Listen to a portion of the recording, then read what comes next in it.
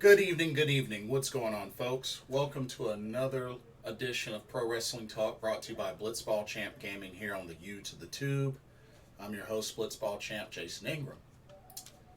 So, in today's video, I want to do a recap of WWE Crown Jewel. I'm going to give my thoughts on that. I'm also going to give a current standings update as well on the Goddess of Stardom Tag League. There were some more matches that happened, so I'll give an update on the current standings.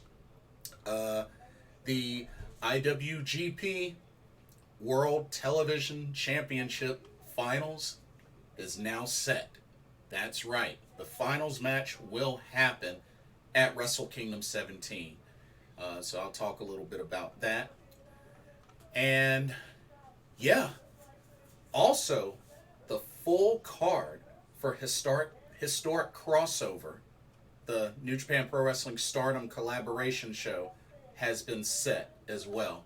So we'll go over that. I won't give my predictions yet because I want to give it another week or so. Still got some time, but definitely want to preview, give a little mini preview of the full card since it's now been set. But yeah, let's go ahead and get started with WWE Crown Jewel. Now this happened this past Saturday. I got a chance to watch it with my dad in the evening time. So Crown Jewel, it was all right, I guess. Some of the matches are all right. Were pretty decent, but I wouldn't say that it was better than last year's, to be honest with you. But that's just me. But let's talk about it. Let's talk about it. So they opened up Crown Jewel with Bobby Lashley versus Brock Lesnar. Now, we know this match has happened before. Honestly, I had a feeling this wasn't going to be a long match, and it wasn't. And of course, both of these guys, got to showcase their power.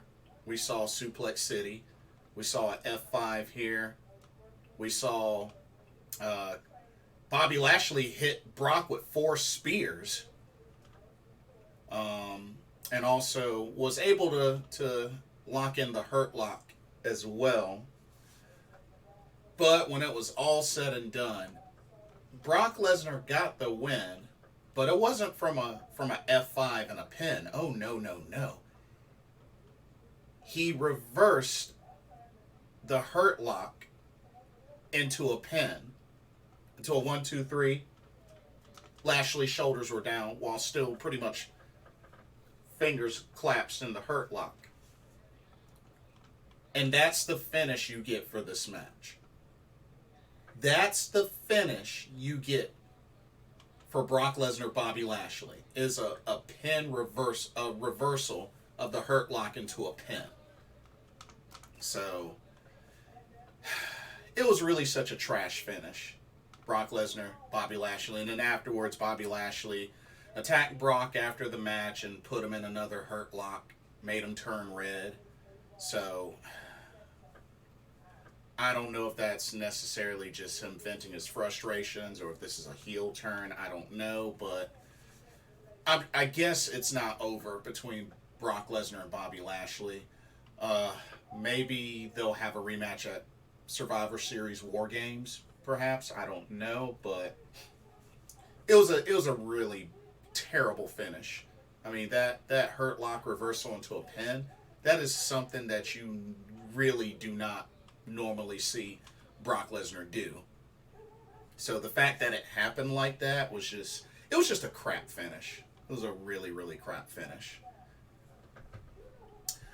Alright, next up we had the WWE Women's Tag Team Championship match. As you have the champions, Alexa Bliss and Asuka, defending against Damage Control's Io Shirai and Dakota Kai.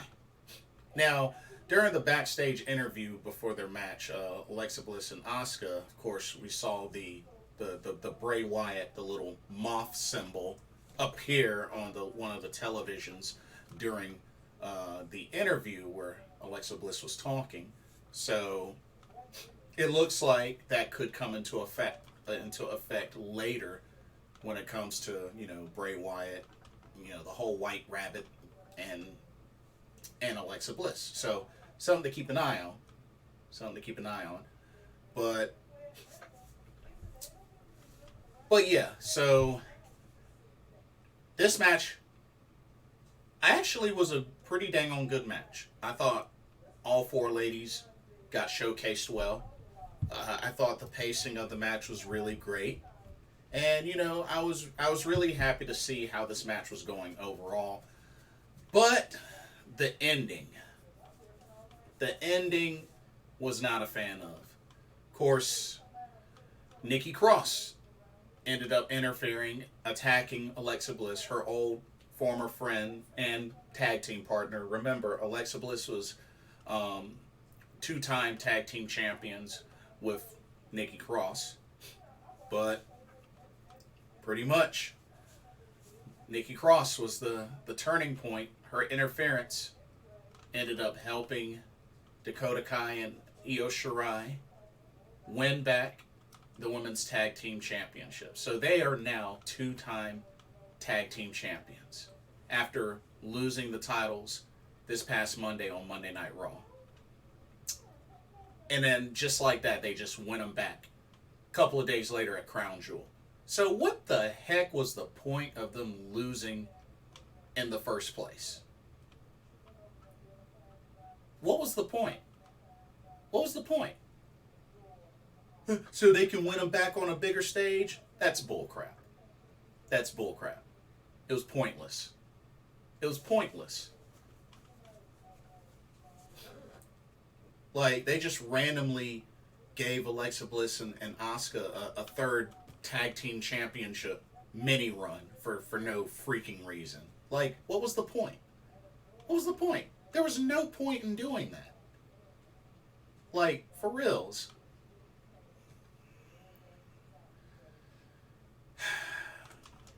I mean, it's already bad enough that, the women's tag titles on NXT, when Raquel Gonzalez and Dakota Kai won those got hot potatoed because as soon as they got awarded those titles, what happened?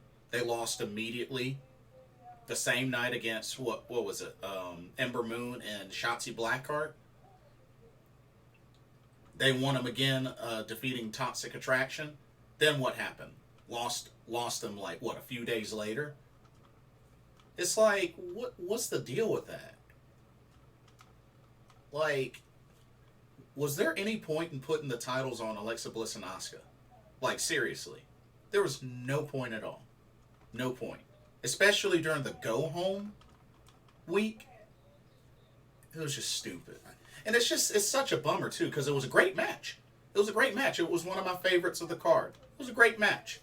But honestly, just the ending and just hot potatoing the titles is so dumb. And that's why those women's tag titles aren't prestigious at all. And probably never will be. Probably never will be. So, great match, trash finish, if you ask me. Next up, you had the steel cage match. Drew McIntyre versus Karrion Kross. I mean, for the most part, this match was alright. I mean, I'm not surprised that Scarlett ended up using the pepper spray again, which didn't end up having that much of a lasting effect on Drew McIntyre as before.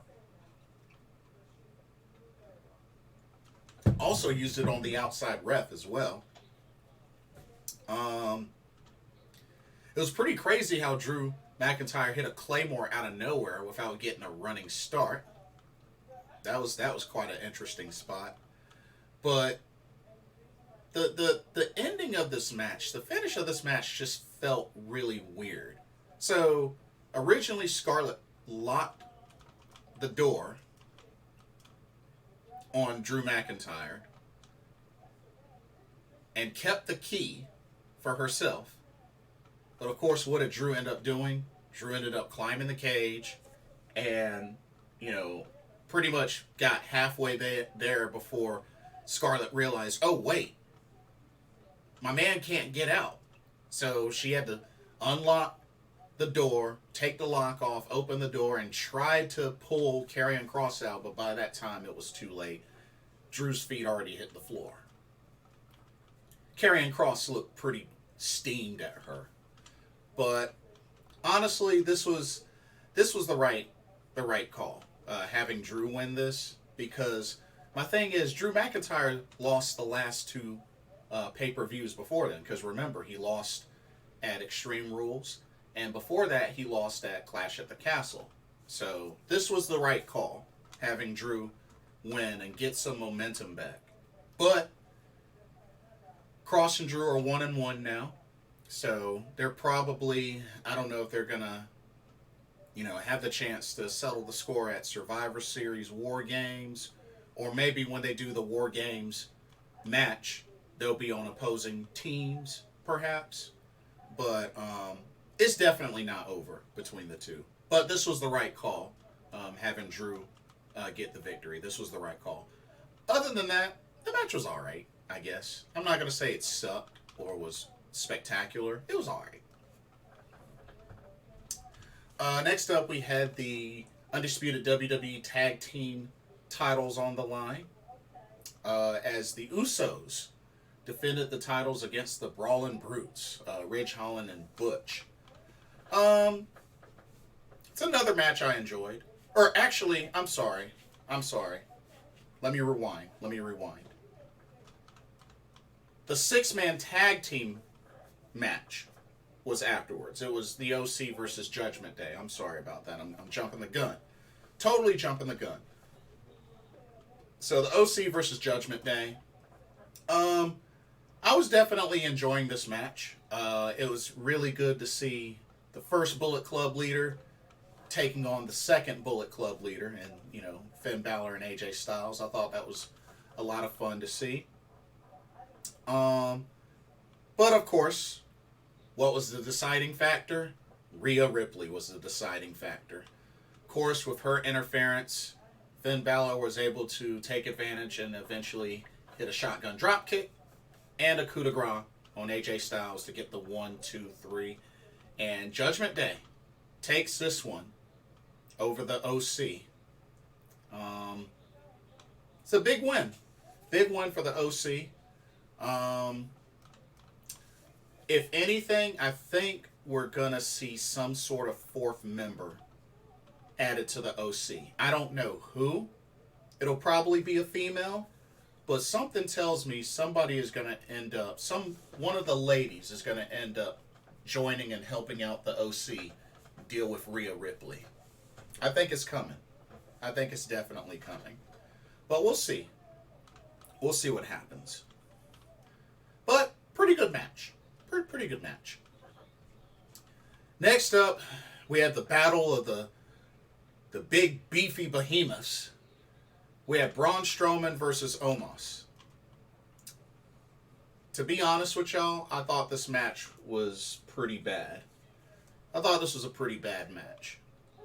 And the reason I say that, don't get me wrong. Yes, I understand that Braun Strowman did get the victory. But at the same time, he was getting dominated the entire match. He was getting dominated by Omos. And I hate matches like that. I hate matches when you have one person dominating the other easily, and then they get hit with one move, and then that's it. They lose. I hate matches like that. It's one of the reasons why I was never a fan of Maurice. Because in a lot of Maurice's matches, she would get dominated. So, unfortunately, the same thing happened to Braun Strowman. He got dominated throughout this match, but then was able to hit one running power slam, and bam. 1, 2, 3. You know, it just sucks to see one-sided matches like that, especially this one where really both should have been showcased well, but with Omos dominating the match for at least 90% of the time, you know, it made the match look stale and just trash. So I really was not feeling that match. Yes, I'm happy Braun Strowman won. That was the right call, but they could have done that match better. They really could have done that match better because it was way too one sided for it to end the way that it ended. Anyway, now let's get to the Undisputed Tag Team Championship match. The Usos defending against the Brawling Brutes. A pretty good tag team match, most definitely. I definitely enjoyed it. It was back and forth, and you know the Brawling Brutes came close. They definitely came close, but I mean, realistically, we knew that the Usos weren't gonna lose. They gave a great effort, and you got to give credit to Ridge Holland was doing a couple of Sheamus's moves, you know, just paying tribute to him. Of course, Sheamus was out getting married, which is why they pretty much wrote him off of TV for now. So Sheamus is on a break. He just got married, probably going to do the honeymoon thing. So it's understandable. But yeah, it was a good match overall. But yeah, the Usos hit an avalanche 1D on Butch to seal the victory, and the Usos once again retain the Undisputed Tag Team Championships, and they have an opportunity coming up this week to surpass the New Day's Tag Team title reign, which they will be defending the titles against the New Day, because remember, the New Day on SmackDown, they want it next. They want it whoever won this match at Crown Jewel. So there you go.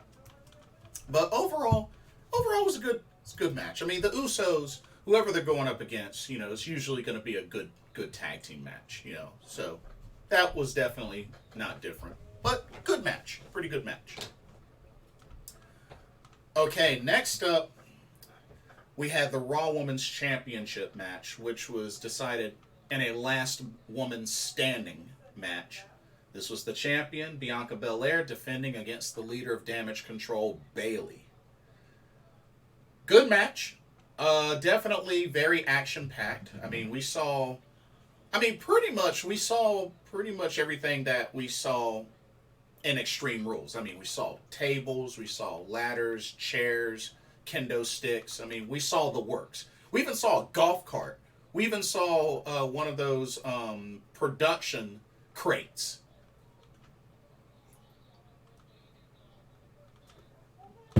We saw all sorts of different spots in this match. But overall, it was a good match. Honestly, I thought Bayley should have had it when she dumped Bianca Belair into that production crate. All she had to do was just close it, lock it, and sit on it. And she would have won easily. She would have won easily. I don't know why she didn't do that. She even had an opportunity trapping Bianca in the steel steps.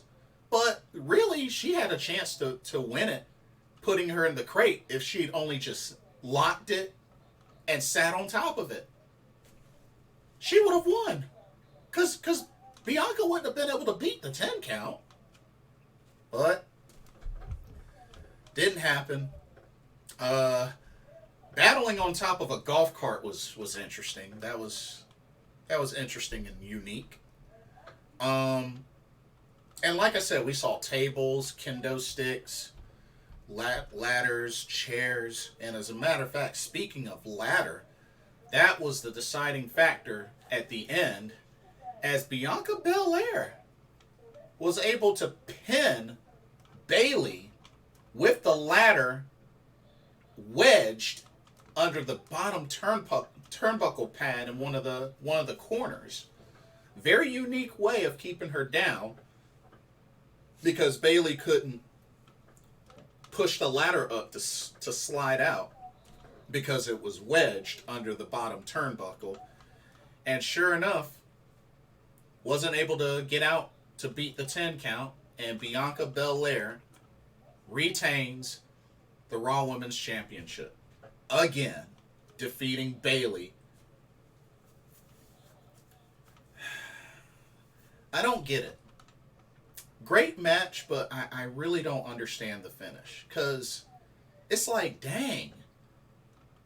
That's twice now on 2 pay-per-views that Bianca has beaten Bayley when the title's on the line. And it's like, dang. Like, she's the leader of Damage Control. Damage Control just got the women's tag titles back. And honestly, I felt like this would have been the perfect show for them to, all 3 of them, have gold. But they are keeping Bianca super strong. And it's just, honestly, I feel like it's arguable that maybe Bayley's getting buried. Because you got to think about it. At the Extreme Rules, Bayley not only lost, but Bianca fought off Dakota and Io easily. You know? It's not to look down on Bianca. I like Bianca, but it's like, dang. You make her super strong, and it deflates Damage Control. You know, they're supposed to be like a hot stable. And it's like, dang, the leader can't even get no gold. But Dakota and Io just win the gold back after losing it Monday. Like, the booking just doesn't make sense to me. I don't know. Maybe others might feel different. But the booking doesn't really make sense to me. It really doesn't. It's like, dang, Io and Dakota get the titles back. But yet, Bayley still can't win the big one. Can't win the Raw Women's title.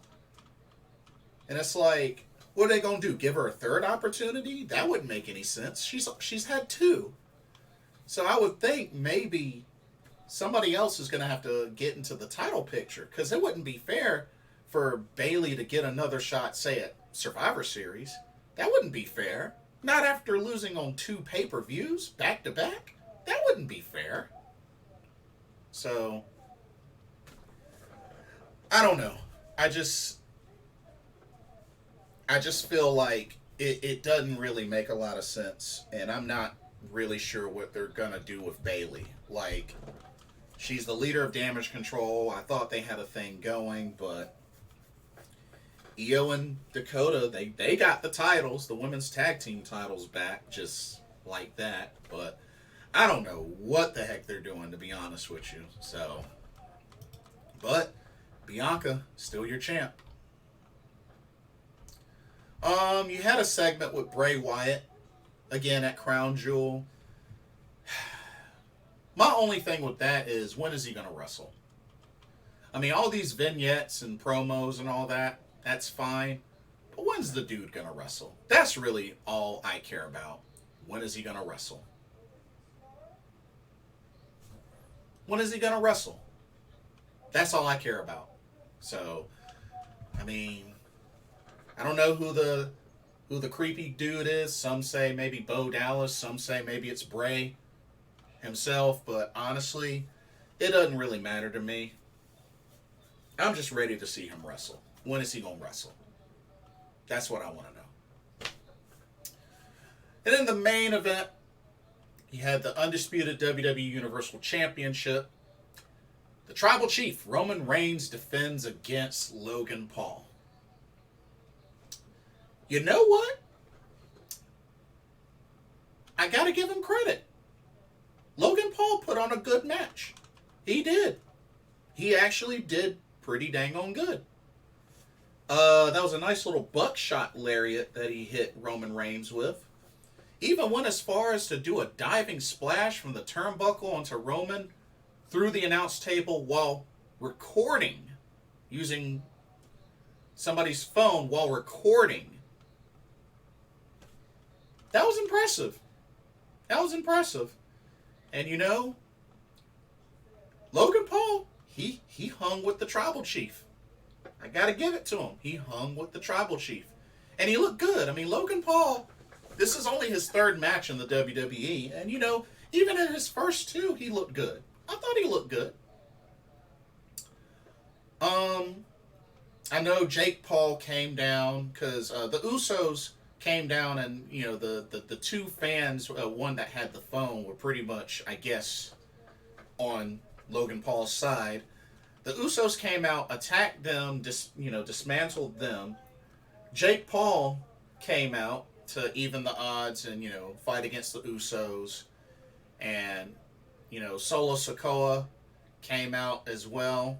But something, none of them ended up interfering in the match itself. They didn't harm Logan Paul or anything like that.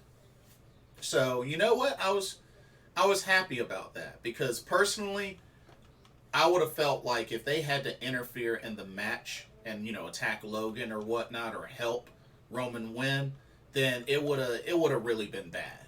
It would have been a bad look, because Roman doesn't need interference to take out Logan Paul. That would have just been stupid, really, really stupid. But sure enough, Roman Reigns was able to eventually finish off Logan Paul with a Superman punch, and then got him with a spear. And that was it. But like I said, I got to give Logan Paul credit. He did good. Now, word is, according to a tweet that he posted, Logan Paul may be out with MCL, torn meniscus, and possibly a partially torn ACL. So, it sucks that happened to him. You don't want to see anybody get injured. Doesn't matter who it is. I don't like seeing anybody get injured. But it looks like he's going to be out for a good while. I mean, if it's those three things, he's going to be out for a while. But, I gotta give him credit. He did good in this match. He hung with the tribal chief, pulled off some incredible moves, and you know what? Thought he did good. But overall, Crown Jewel was alright. Crown Jewel 2022 was alright. But I can't say it was an excellent pay-per-view, because like I said, some of the finishes I really thought were bad. Bobby Lashley, Brock Lesnar, the Women's Tag Team Championship match. The Raw Women's Championship match. Just, yeah, some of the finishes were just kind of, But, I mean, it is what it is. I'm just really curious to see how they're going to follow up, because, the next upcoming event is Survivor Series War Games. So we got that to look forward to. But yeah, that's WWE Crown Jewel in the books. We had the one title change, the Women's Tag Team Championships. So, but yeah. Okay, so let's switch gears to Stardom, and let me give the current standings so far with the Goddess of Stardom Tag League. So a couple of more matches are in the books. So let's talk about it. So let's start with the Red Goddess block. So the Red Goddesses block. So sitting at the bottom with 0 points at 0-2, and is My Fair Lady, which is Mai Sakurai and Lady C. So far they've lost to Mafia Bella and I Love Tokyo Sports, or We Love Tokyo Sports. So they've lost to those two teams so far. And Peach Rock, which is Mayu Iwatani and Momo Kogo, they have yet to have their first match yet. I know Mayu's going to be busy getting ready for the finals match for the IWGP Women's Championship. but their team hasn't had a match yet, so that's coming. That's coming.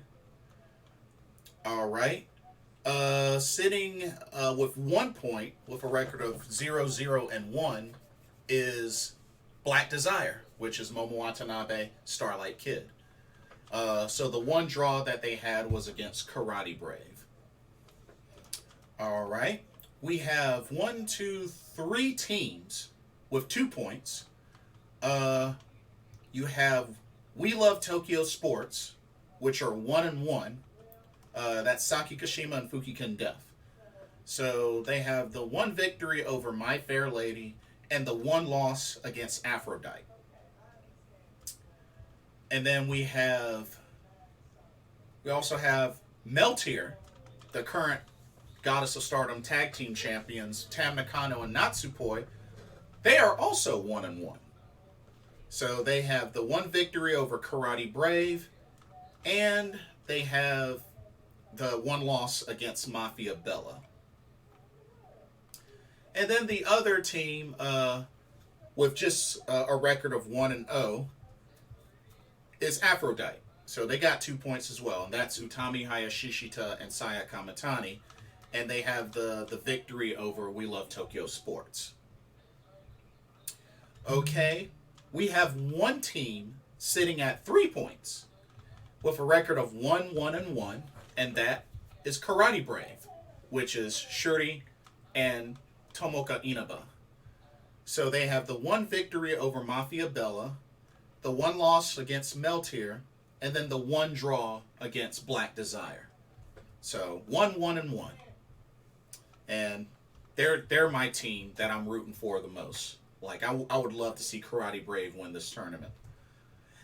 And then the one team in the Red Goddess block, sitting at the top with 4 points on a record of 2-1, is Mafia Bella. That's Julia and Thekla. So Mafia Bella has the 2 victories over My Fair Lady and Meltier, but they have the one loss to Karate Brave. So yeah, they're sitting at the top of the Red Goddesses block. But still got plenty of matches left. Still early in this tournament. All right, that's the Red Goddesses block. Let's look at the Blue Goddesses block. So sitting at the bottom with 0 points on a record of 0-2 is Wingori, which is Saya Ida and Hanan. They got 2 losses to O2 Line and BMI 2000. So a very rough start for them.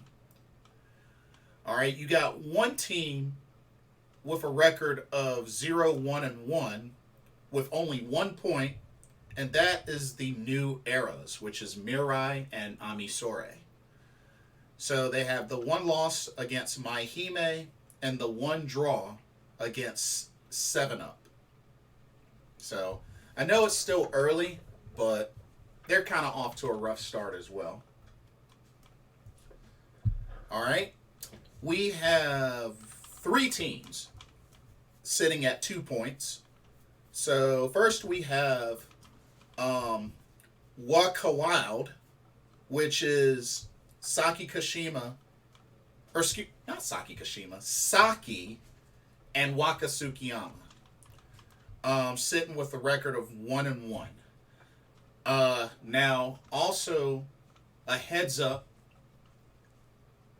it was Mina Shirakawa and Saki, but due to Mina Shirakawa's injury in her Wonder of Stardom Championship match at Hiroshima Goddess Festival against Saya Kamitani, she unfortunately had to drop out of the Goddess of Stardom Tag League. So Waka Tsukiyama is her replacement for the rest of this tournament.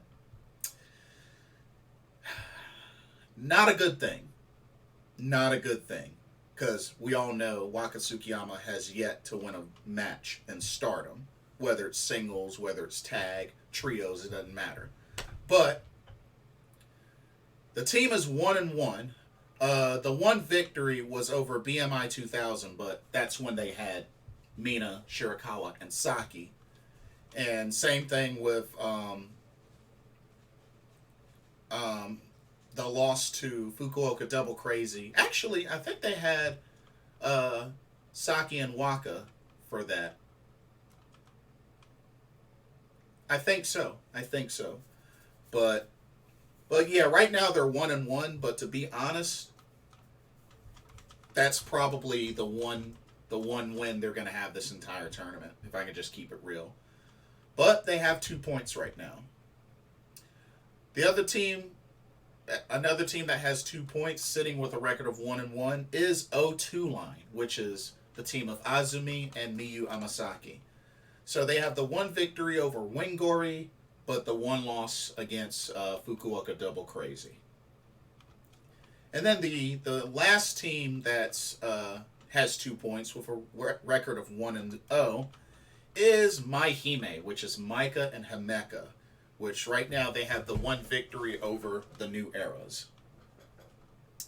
Okay, we got one team sitting at 3 points with a record of 1-0-1, so one win and one tie, and that's the team of 7-Up, which is Nene Takahashi and Yu. So they have the one victory over Fukuoka Double Crazy and the one draw with the New Eras. And then you have two teams sitting at 4 points. So you have BMI 2000, which is Natsuko Tora and Ruoka. They are 2-1 right now. They got two victories over Fukuoka Double Crazy and Wingori. And the one loss was to Saki and Waka Tsukiyama, but it was when it was Saki and Mina Shirakawa. And then you have Fukuoka Double Crazy with 4 points. They have a record of 2-2. So Fukuoka Double Crazy is Hazuki and Koguma, last year's Goddess of Stardom Tag League winners. Right now they have the two victories over O2 Line and Saki and Waka, Waka Wild, and two losses to 7-Up and BMI 2000. So, still a lot of action to come in this tournament for the Blue Goddesses block. But like I said, having Waka Tsukiyama replace Mina Shirakawa really, really changes the tide of things, I believe, for that team.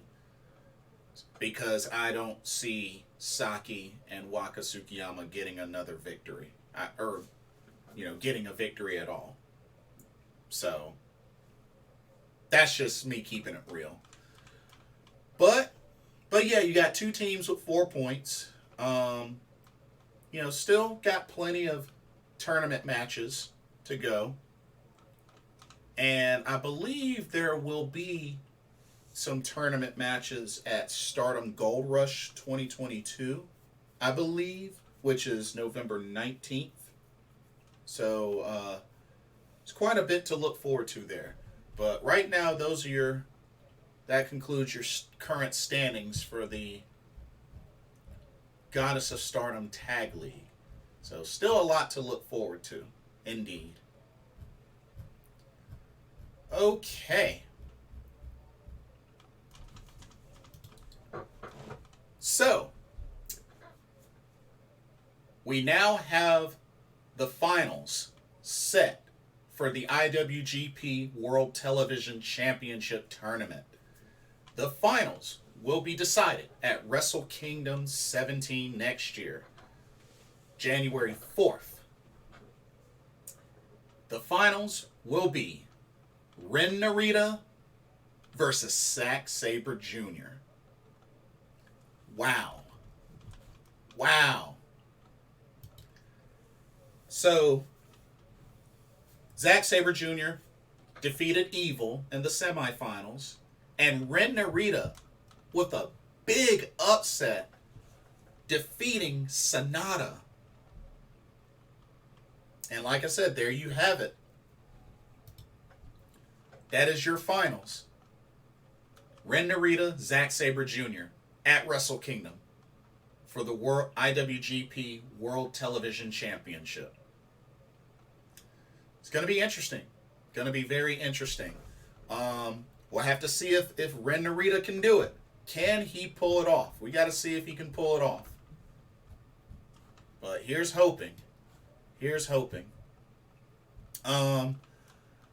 Also, shout out to Francesco Akira and TJP. Another successful title defense of the IWGP Junior Heavyweight Championships. They were able to defeat Teton and Bushi, which was a great match. FTR. North Carolina's own FTR finally has their first match in Japan on New Japan Pro Wrestling Battle Autumn with a successful defense of the IWGP Tag Team Championships against United Empire's Jeff Cobb and the Great Okan. So good to finally see them defend those titles on Japanese soil. Finally. Because they've had those titles a couple of months, and it took them forever to defend them on Japanese soil. I mean, they defended them the first time at Rumble on 44th Street against, no, not Rumble on 44th Street, Royal Quest 2. Royal Quest 2 against Aussie Open. But finally, I'm just glad to see FTR get a chance to travel to Japan and defend the titles. And they got quite a reception. And you know what? I was surprised. They were actually able to reach out and slap hands and fist bump with fans. So, I guess, did they not know that they can't do that? Or are they just like, it's cool? I'm kind of curious.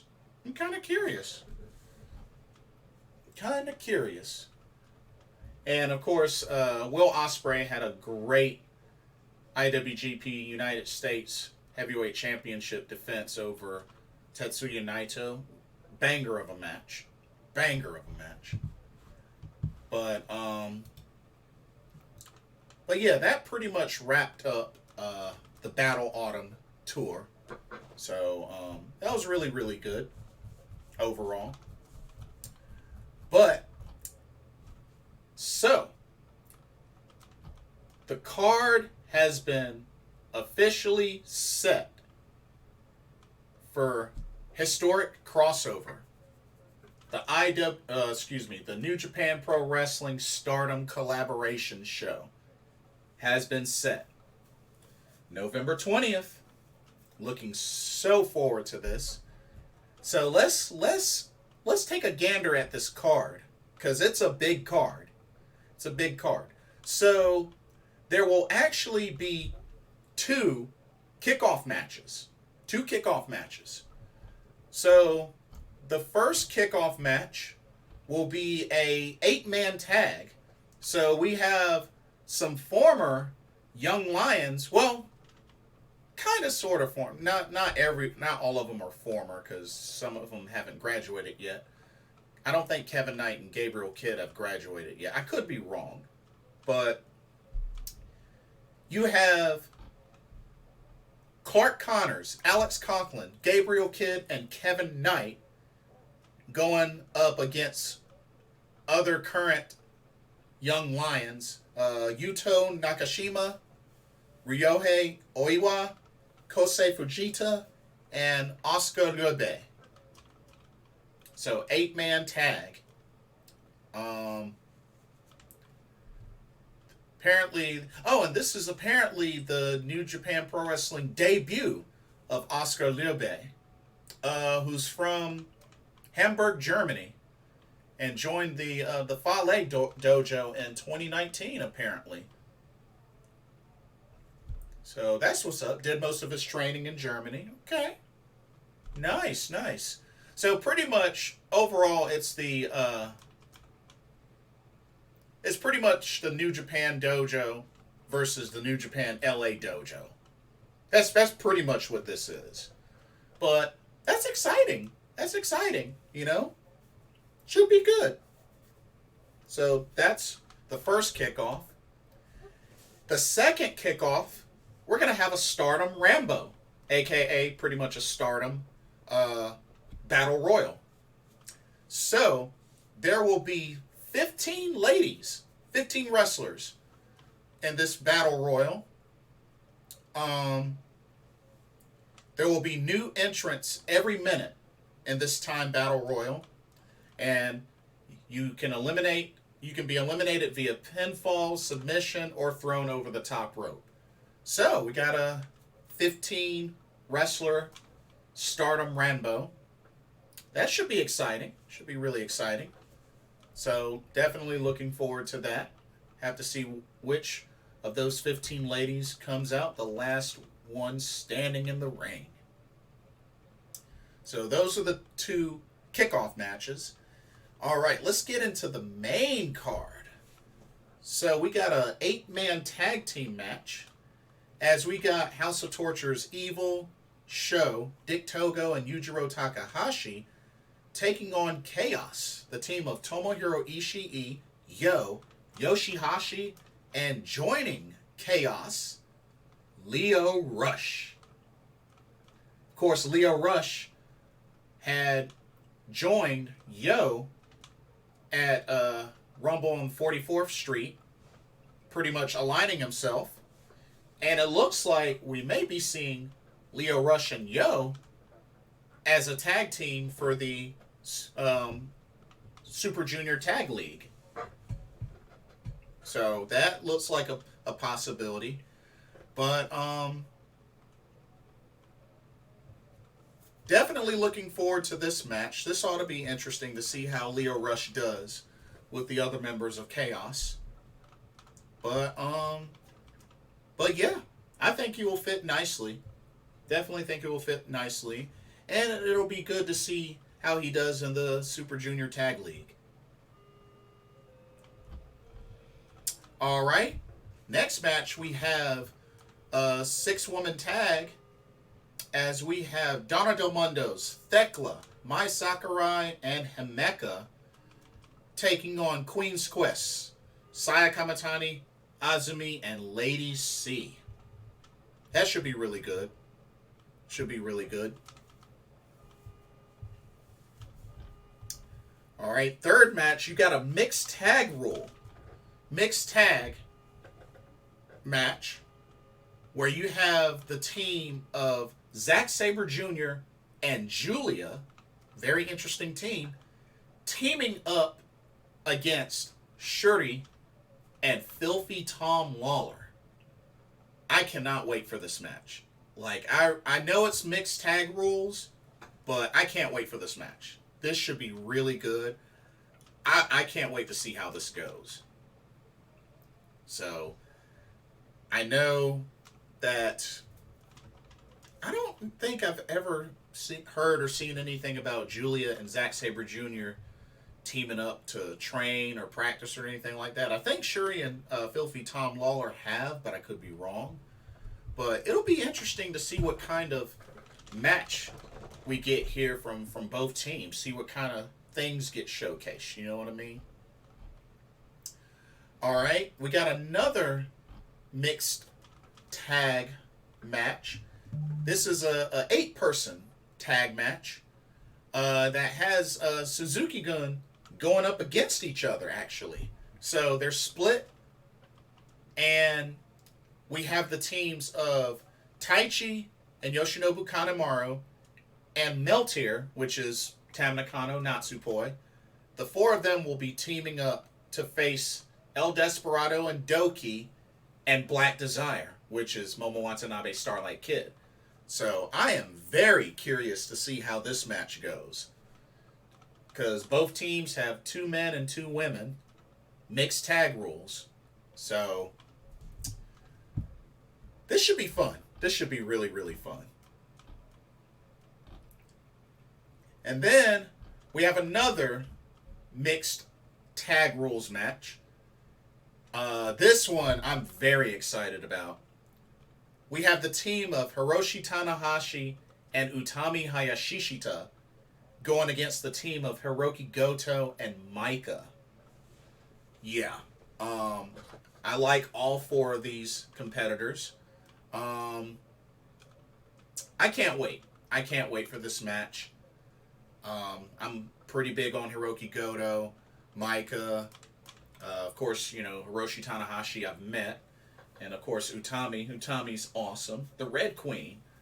So I'm looking forward to this match. This should be a really great match. All right, we got a 10-man tag team match. This is pretty big. You got LIJ versus United Empire. So LIJ, you have Tetsuya Naito, Shingo Takagi, Sanada, Hiromu Takahashi, and Bushi going up against United Empire's Aussie Open, TJP, Francesco Akira, and Gideon Gray.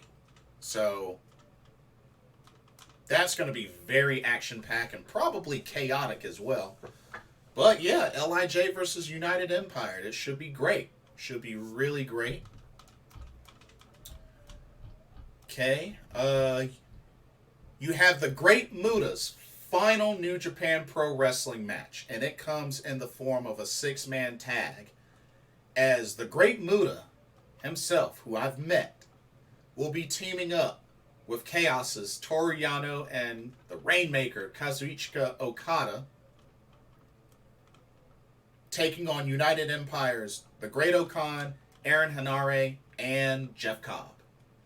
So, definitely looking forward to seeing the Great Muta one more time in New Japan Pro Wrestling. Should be great. Should be really great. All right. You have the IWGP United States Heavyweight Championship will be on the line in the semi-main event, as the champion, Will Ospreay, will defend against Shota Umino, who made his presence felt at the end of his match against Naito. So made a big impact. Made a very big impact at the end of that event. Of course, Shota Umino just recently returned from excursion, as well as Ren Narita. So, yeah, will be good to see how Shota Umino does in this match. According to the article, Ospreay has a 2-0 record on Shota Umino. So, he's got the advantage, but Shota made a statement in attacking Will Ospreay. So, we'll see what happens. We'll see what happens. And then the main event of Historic Crossover, we have the finals. This is for the IWGP Women's Championship. Who will be the first champion? It comes down to Mayu Iwatani, the icon of Stardom, the second Grand Slam champion, taking on the Pirate Princess, Kairi. Whoo!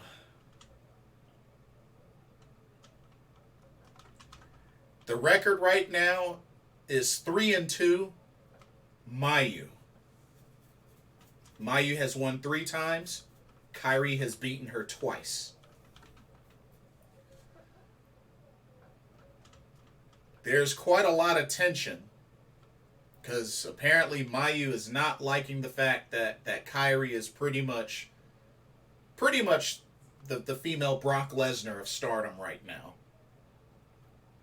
And I don't think Kairi took kindly to that, but there's a lot of tension here. I mean, we're talking 2/3 of Freedom going at it to become the inaugural IWGP Women's Champion. This is big. This is really, really big. And I also want to throw in there, the previous night at Stardom Gold Rush, Kairi has an opportunity at the Wonder of Stardom Championship, as she will face Saya Kamitani. So, on paper, Kairi has a chance to become a double champion. I don't think it'll happen, but still. But that's going to be quite a main event. Kairi and Mayu in the finals. And remember, Mayu relinquished the SWA championship because she wanted her full focus on this. Very bold move. Very bold move. But sounds confident that she'll win this match. But yes, that is quite a stacked card for New Japan Pro Wrestling Stardom Historic Crossover. I'm looking so forward to it. It's going to be fun. It's going to be really, really fun. I cannot wait. But yeah, that's pretty much all that I have for this video. Let me know what y'all's thoughts are. What did y'all think of WWE Crown Jewel? Did you like the show? Did you like the matches? What did you think of? What do you think of the finals of the IWGP World Television Championship? Who do you think will win at Wrestle Kingdom between Ren Narita and Zack Sabre Jr.? And also, what are your thoughts on the historic crossover card? Don't forget to like, comment, subscribe, hit that notification bell while you're at it. And thank you so much for watching. This is Blitzball Champ Jason Ingram signing off for this Pro Wrestling Talk, brought to you by Blitzball Champ Gaming. Hope everybody has a blessed week, and I will see you on the next video. Peace out.